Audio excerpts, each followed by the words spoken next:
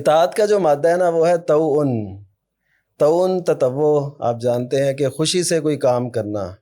تو اطاعت کہتے ہی اس بات کو ہے کہ بندہ خوش دلی سے اللہ اور اس کے رسول کے احکامات کے پیچھے چلے، اس کے اندر فرحت اور انبساط اور خوشی کا ایسا وہ ایک دریا متزن ہو کہ اسے کہیں بھی رکاوٹ نہ محسوس ہو، وہ پیچھے نہ ہٹے کہ معاشرہ کیا کہے گا، لوگ کیا کہیں گے، میں نے اگر یہ کر لیا اس دور کے اندر، میں 21ویں صدی میں ہوں اور میں ایسے کر لوں تو لوگ کیا کہیں گے. نہیں، اس کو یہ دیکھنا ہے کہ اللہ اور اس کے رسول صلی اللہ علیہ وسلم کا حکم کیا ہے اور پھر اس کو خوش دلی سے کرے. میں یہ کہوں گا کہ صحابہ کرام رضی اللہ عنہم وہ ایسے تھے کہ خوش دلی سے ہر کام، یعنی آپ دیکھیں کتنی حدیث ہیں ای الاعمال افضل.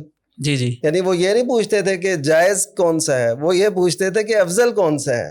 یہ کیسے ہو سکتا ہے؟ یہ اسی طرح ممکن ہے جب بندے کے اندر شوق فراواں ہو، اس کے اندر ایک جذبہ ہو کہ میں نے اللہ اور اس کے رسول کی اطاعت کرنی ہے.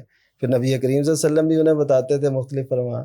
تو پتہ یہ چلا کہ اطاعت جو ہے نا خوش دلی سے اللہ اور اس کے رسول کی اطاعت کو تسلیم کرنا. جیسے حدیث ہے، یہ صحیح بخاری میں ہے کہ فی منشتنا و مکرہنا، کہ اپنی پوری چاہت سے، یا ہو سکتا ہے کہ انسان کو وہ چیز دشوار لگ رہی ہو، جی جی، ہو سکتا ہے، لیکن اس پر بھی اپنے نفس کو اس پہ لانا کہ نہیں، جو بھی ہے اللہ اور اس کے رسول کا حکم ہے تو اس کو ہم نے ضرور تسلیم کرنا ہے اور اس کے سامنے کسی بھی چیز کو رکاوٹ نہیں بننے دینا.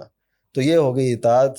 تو اسی کا بار بار حکم دیا گیا ہے، تو اس پہ جو طریقہ اختیار کرنا ہے وہ ظاہر ہے اللہ کا حکم مانتے ہوئے نبی کریم صلی اللہ علیہ وسلم کی اتباع کرنی ہے. جیسے قل ان کنتم تحبون اللہ فاتبعونی یحببکم اللہ، کہ میری اتباع کرو گے تو اللہ کی محبت ملے گی. تو یہ اطاعت اور اتباع میں ایک فرق ہے جو ملحوظ رکھنا چاہیے.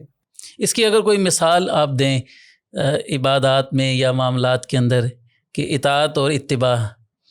اطاعت ایسے ہی ہے جیسے اللہ تعالیٰ نے فرمایا کہ یا ایھا الذین آمنوا اتقوا اللہ وکونوا مع الصادقین، کہ اللہ سے ڈرو اور سچوں کا ساتھ دو، سچوں کے ساتھ ہو جاؤ. اب یہ اطاعت ہے.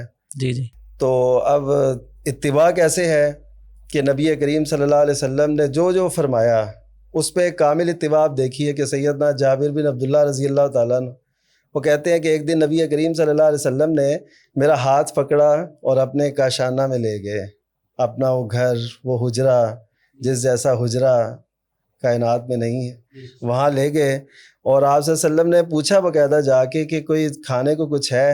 آواز آئی کہ روٹیاں تو ہیں بچی ہوئی لیکن سالن نہیں ہے.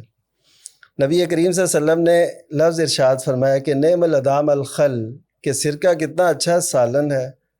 تو حضرت جابر کہتے ہیں کہ جب سے نبی کریم صلی اللہ علیہ وسلم کی زبان مبارک سے میں نے یہ سنا نا کہ سرکہ کتنا اچھا سالن ہے، اس وقت سے سرکہ مجھے اچھا لگنے لگ گیا. سبحان اللہ. اور صرف یہی نہیں بلکہ ان کے بعد جو راوی ہیں حدیث میں وہ بھی یہی کہتے ہیں کہ جب سے میں نے حضرت جابر سے یہ سنا ہے تب سے مجھے بھی سرکہ اچھا لگنے لگ گیا. یعنی نبی صلی اللہ علیہ وسلم نے حکم نہیں دیا کہ تم سرکے کو پسند کرو. سرکے کو پسند کرو، لیکن ان کی اتباع دیکھیے کہ اس قدر ہے کہ وہ جو چیزیں جس میں وہ مکلف نہیں ہے، یعنی سرکہ اچھا لگنا یا نہ لگنا یہ انسان کے وہ مکلف نہیں ہے اس بات کا، لیکن وہ اس پر بھی پیرا دے رہے ہیں کہ ہم نے اس چیز کو اب پسند کرنا ہے جس سے زبان نبوت سے یہ الفاظ نکلے. نبی کریم صلی اللہ علیہ وسلم کھانا تناول فرما رہے تھے تو ایک صحابی تھے چھوٹی عمر کے، تو انہوں نے وہ کہتے ہیں کہ میرا ہاتھ ادھر ادھر گھوم رہا تھا. تو پھر نبی کریم صلی اللہ علیہ وسلم نے ان سے کہا کہ آپ اپنے دائیں ہاتھ سے کھائیں، اپنے سامنے سے کھائیں. تو وہیں پہ ہے کہ وہ جو آپ صلی اللہ علیہ وسلم کدو پسند فرما رہے تھے، تو وہ کہتے ہیں کہ کدو مجھے تب سے اچھا لگنے لگا، اب میں اس کی کوشش کرتا ہوں، اس کی جستجو کرتا ہوں. یعنی ہم یہ کہہ سکتے ہیں کہ جب ہم نے اللہ کے رسول صلی اللہ علیہ وسلم سے محبت کا ہم دم بھرتے ہیں تو پھر آپ کی ہر ادا ہمارے لیے محبوب ہونی چاہیے. اور اس میں یہ نہیں ہم نے دیکھنا کہ جواز کی سطح کیا ہے. آج ہم اصل میں اتر آئے ہیں جواز تک، یعنی ہم یہ کہتے ہیں اس کے بغیر بھی کام ہو جائے گا کہ نہیں. وہ یہ پوچھتے تھے کہ ہمارے لیے افضل صورت کیا ہے.